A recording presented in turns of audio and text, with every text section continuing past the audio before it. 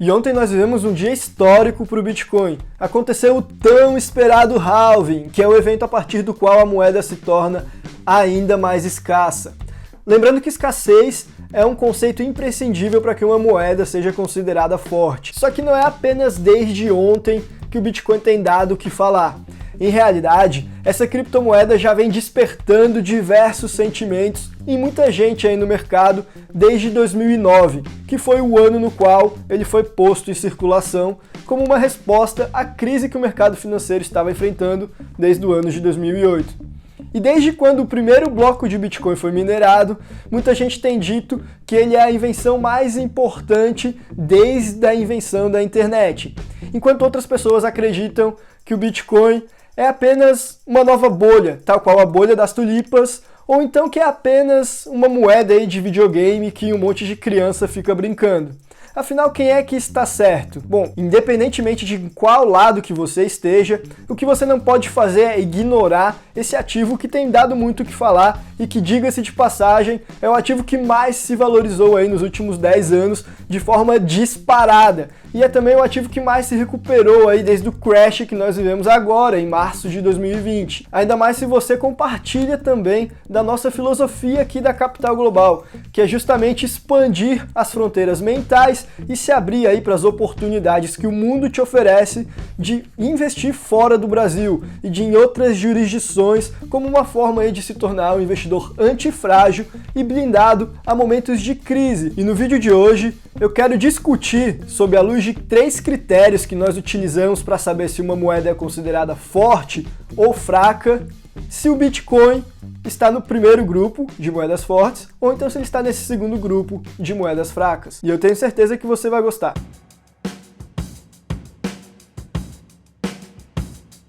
Todos os assuntos que eu falo aqui, eles se misturam bastante, de modo que eu já nem sei mais em qual das séries desse canal que esse vídeo deveria estar. Veja, eu poderia estar falando sobre Bitcoin tanto na série Tempos de Crise, como se proteger do mercado de queda, como também poderia estar falando na série Crise do Real, ou ainda eu poderia falar de Bitcoin até mesmo na série que eu estreiei esse sábado passado, chamada Sábado Offshore. Afinal, o Bitcoin é a offshore do mundo das moedas.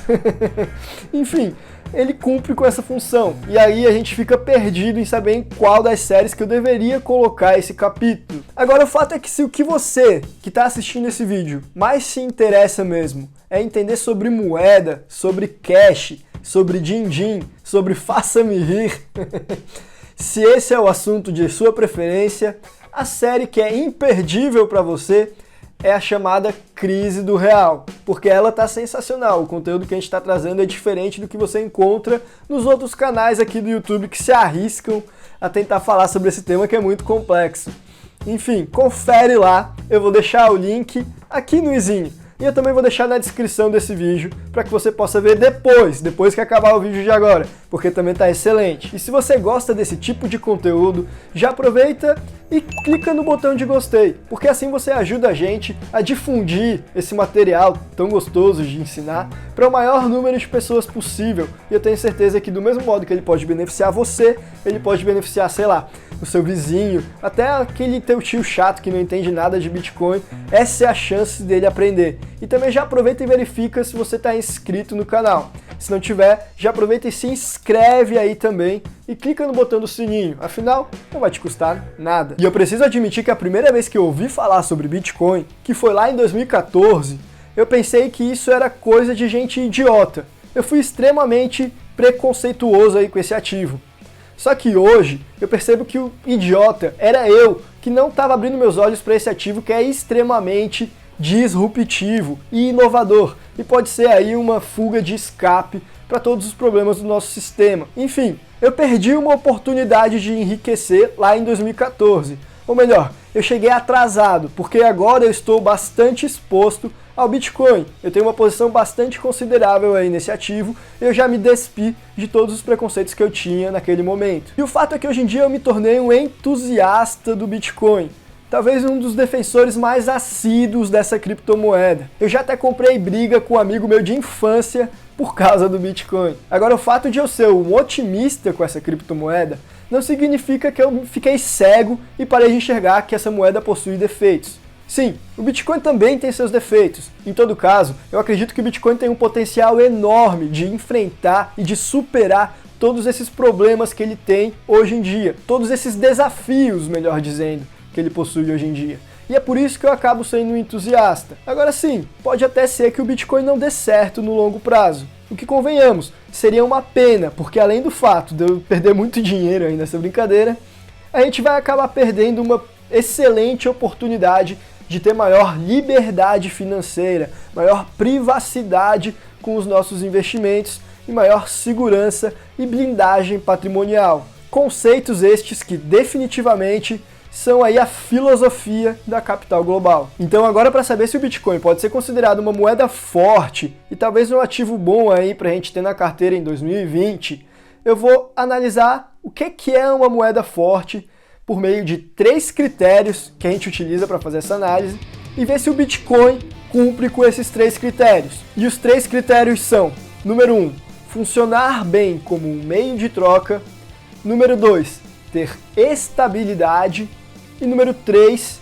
funcionar bem como uma reserva de valor. Então vamos começar com o primeiro critério, que é funcionar bem como um meio de troca.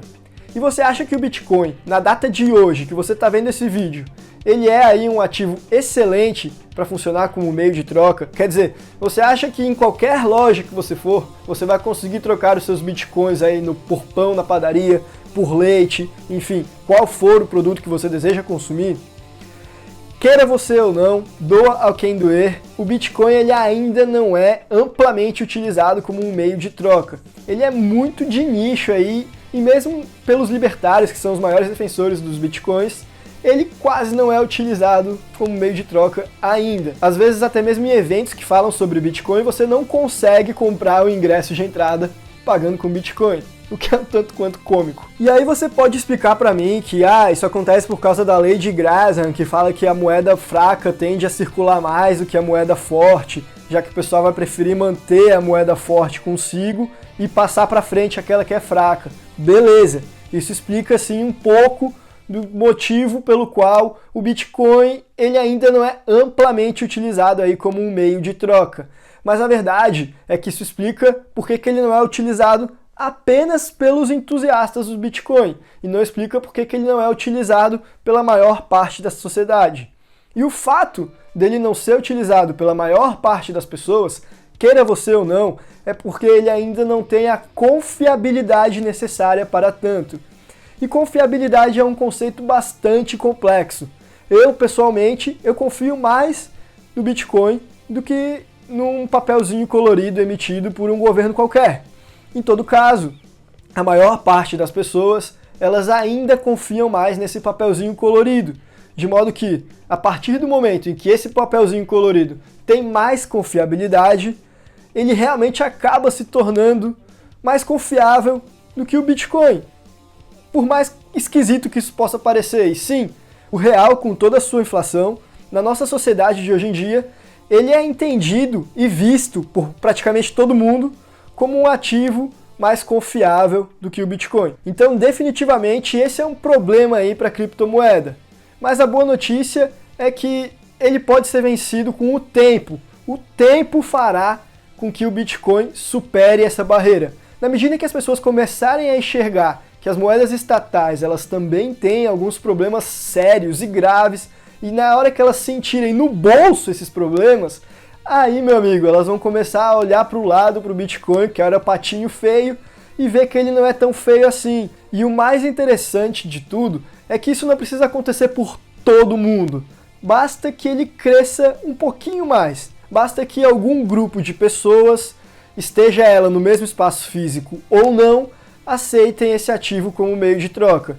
E a partir do momento em que a gente já tem uma comunidade aí, sei lá, de 200 mil pessoas trocando rotineiramente e conseguindo comprar quase tudo que elas precisam com o Bitcoin, isso significa que o Bitcoin já vai ter enfrentado essa barreira aí de não funcionar bem como um meio de troca. Então, dito isso, agora nós podemos avançar com o segundo critério que nós utilizamos para descobrir se uma moeda é considerada forte ou não.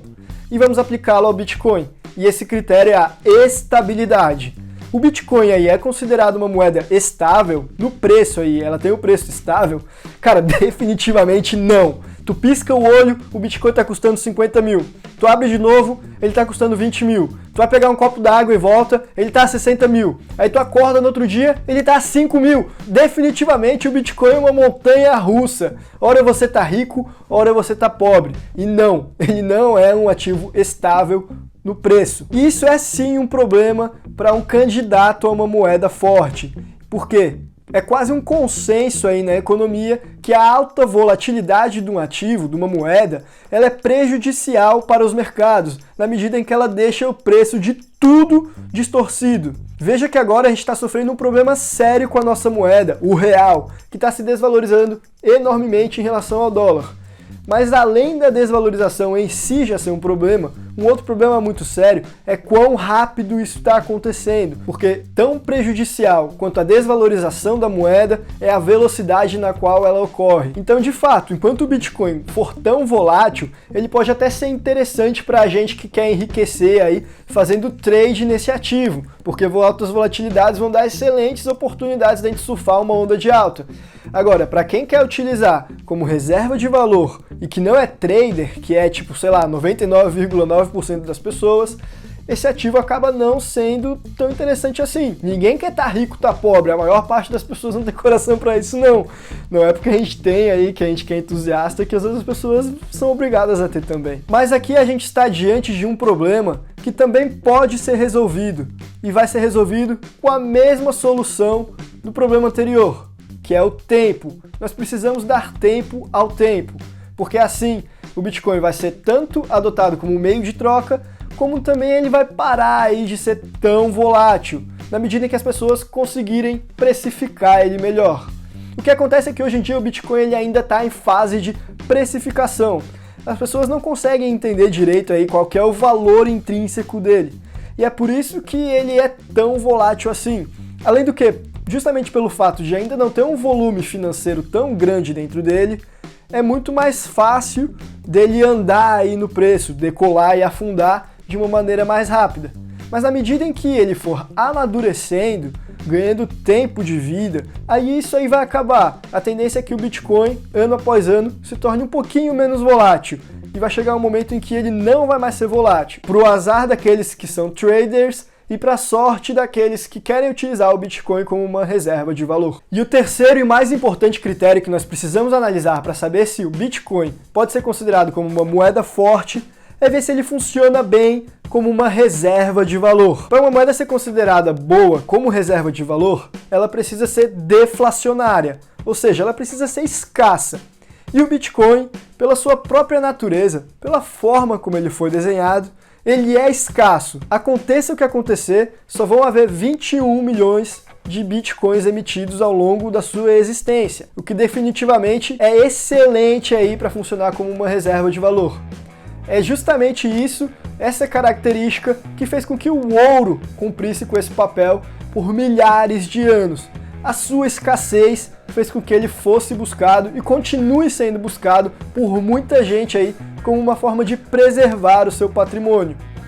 Agora, o Bitcoin ele vai ter um problema na hora de funcionar como uma reserva de valor, que novamente vai ser o tempo quem vai resolver. E esse problema é justamente a sua falta de tempo de existência. É porque, conforme a gente falou naquele vídeo em que eu falei sobre libras esterlinas e euro, o tempo ele é um fator imprescindível aí para que a gente considere um ativo forte no sentido de funcionar como uma reserva de valor. Ele precisa se provar eficiente aí como uma reserva de valor. O ouro faz isso há 2000 anos. E cara, com esse histórico aí funcionando bem por tanto tempo, é fato que ele vai ser mais buscado do que o Bitcoin, que ainda não tem nem 20 anos de existência. Do mesmo modo, algumas moedas elas são muito fortes justamente porque elas têm aí 200, quase 300 anos de existência, que é o caso aí das libras esterlinas e dos francos suíços. E até então, nesse momento da história, elas se provaram bem como uma reserva de valor. O Bitcoin tem tudo para ocupar esse lugar aí no futuro, mas só o futuro dirá se isso vai acontecer. Por hora, isso é apenas uma especulação. E agora a gente chega à conclusão desse vídeo, que é justamente essa.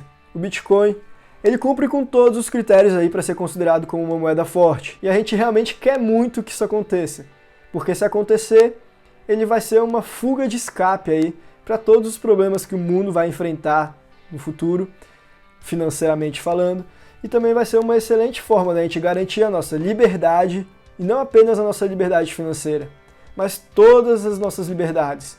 Vai ser a forma como a gente vai garantir a nossa privacidade, o nosso sigilo e também a nossa autonomia. Vai ser a fuga do caminho da servidão. Então é por isso que o Bitcoin, ele precisa dar certo. O Bitcoin é a offshore dos mundos das moedas. E por falar em offshore e mundo das moedas, no vídeo de quinta-feira a gente vai ensinar como é que você pode utilizar o Bitcoin para mandar dinheiro para fora do Brasil. Encontro vocês lá. Um abraço.